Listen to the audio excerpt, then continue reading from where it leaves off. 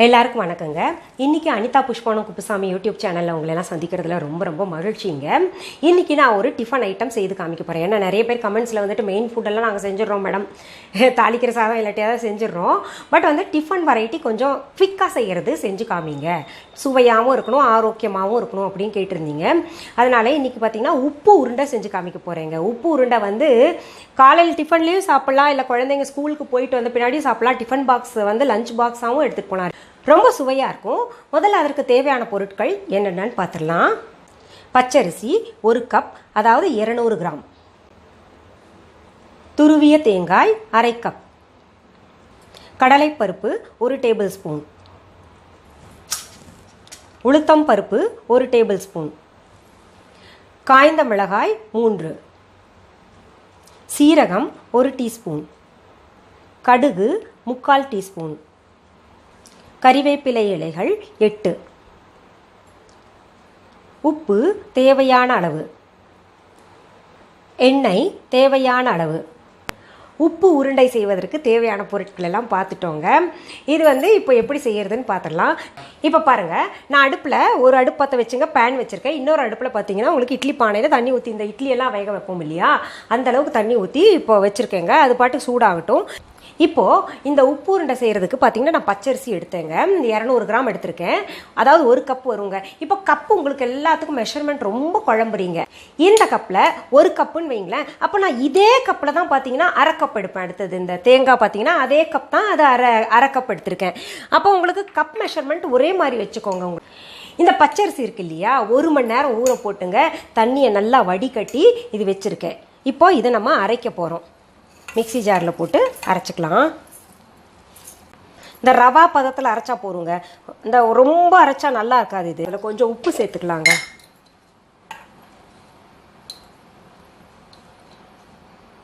உப்பு பிறகு கூட நம்ம பார்த்து சேர்த்துக்கலாம்.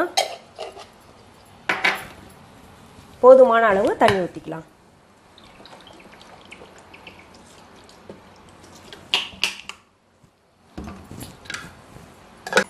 பாருங்கள், ரவை பதத்தில் இருக்குது பார்த்தீங்களா.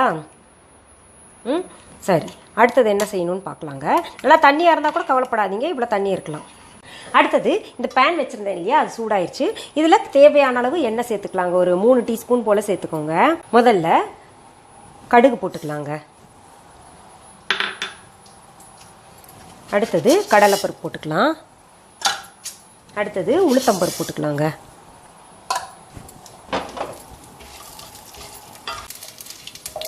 அடுத்தது சீரகம் போட்டுக்கலாங்க. ஓரளவு செவந்துருச்சு பார்த்தீங்களா. சீரகம் போட்டு சிகப்பு மிளகா போட்டுக்கலாம்.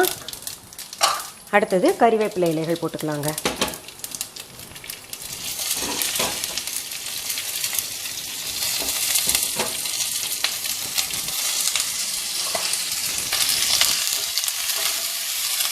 அதுக்கு அடுத்தது இந்த அரைச்சி வச்சுருக்கோம் இல்லையா, இந்த அரிசி, அதை சேர்த்துக்கலாம். இதை நல்லா கிளறிட்டே இருக்கணுங்க. அடி பிடிக்காமல் கிளறிக்கோங்க.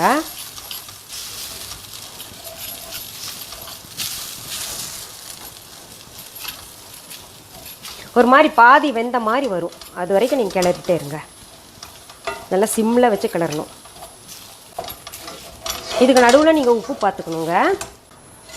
பாருங்கள், இப்போ சுருட்டிட்டு வருது இல்லை, ரொம்பவும் வேக விட வேண்டாம். நம்ம இந்த மாதிரி சுருட்டிட்டு வரும்போது போதும், நம்ம எடுத்துடலாம் அடுப்பில் இருந்து. எடுத்து இப்போ என்ன பண்ணணும்னா தேங்காய் பூ சேர்த்துக்கணும்.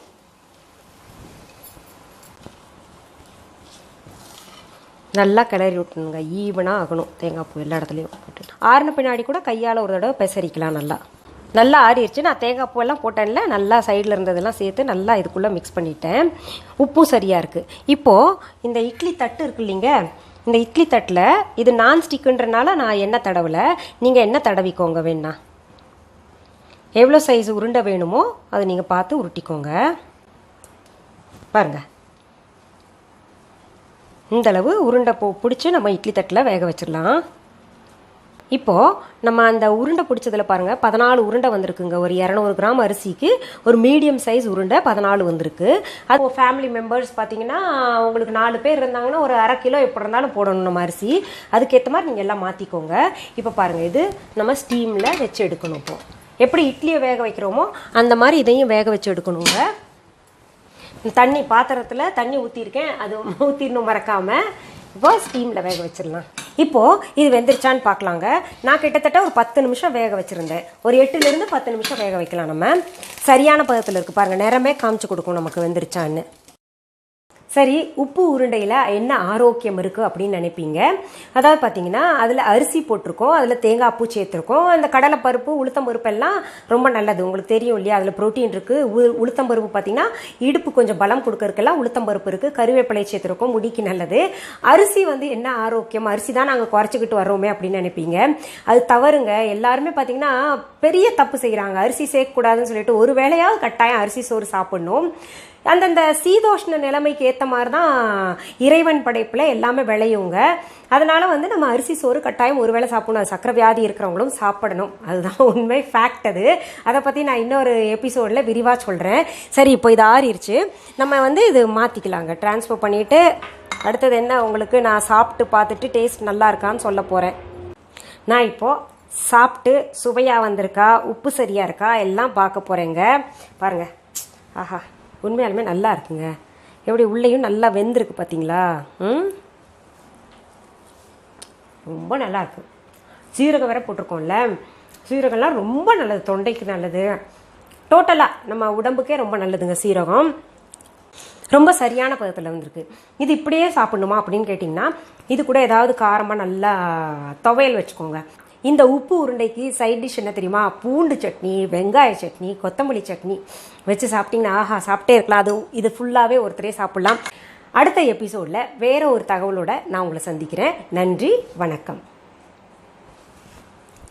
அன்பான வாடிக்கையாளர்களே, உங்கள் விஹா ஸ்டோரில் பூஜை பொருட்கள், சிலைகள், ராசிக்கற்கள், வாஸ்து பொருட்கள், விதைகள், பாரம்பரிய அரிசி வகைகள், சிறுதானியங்கள், ஆர்கானிக் பொருட்கள், மூலிகை எண்ணெய், மளிகை பொருட்கள், மரச்செக்கு எண்ணெய், மரப்பொருட்கள், வெள்ளி ஆபரணங்கள், கிஃப்ட் ஆர்டிகல்ஸ், காட்டன் மற்றும் பட்டு புடவைகள், காட்டன் சுடிதார்கள், பட்டு பாவாடை, குழந்தைகளுக்கான விளையாட்டு பொருட்கள், ஹை குவாலிட்டி இமிடேஷன் நகைகள், வீட்டு உபயோக பொருட்கள், ஜூட் பேக்ஸ், ஹேண்ட்மேட் சோப்ஸ், அழகு சாதன பொருட்கள், சிறுதானிய பிஸ்கெட்டுகள், ஹோம் அப்ளையன்சஸ், இன்னும் பற்பல பொருட்கள் விற்பனைக்குள்ளது. விஹா ப்ராடக்ட்களை நீங்கள் வாங்க விரும்பினால் அது எங்களுடைய viha.online வெப்சைட் மற்றும் சென்னை ராஜா அண்ணாமலைபுரத்தில் உள்ள எங்கள் விஹா ஸ்டோரில் மட்டுமே கிடைக்கும் என்பதை தெரிவித்துக் கொள்கிறோம். வேறு எந்த ஆன்லைன் வெப்சைட்களிலும் விஹா ப்ராடக்ட்கள் விற்பனைக்கு கிடையாது என்பதை நீங்கள் கவனத்தில் கொள்ள வேண்டும். எங்கள் விஹா ஸ்டோரின் விலாசத்தை கண்டறிய கூகுள் மேப்ஸில் விஹா ஸ்டோர் என்று டைப் செய்தால் வழியை கண்டறியலாம். www.viha.online வெப்சைட்டிலும் விஹா ஸ்டோரின் அட்ரஸ் உள்ளது.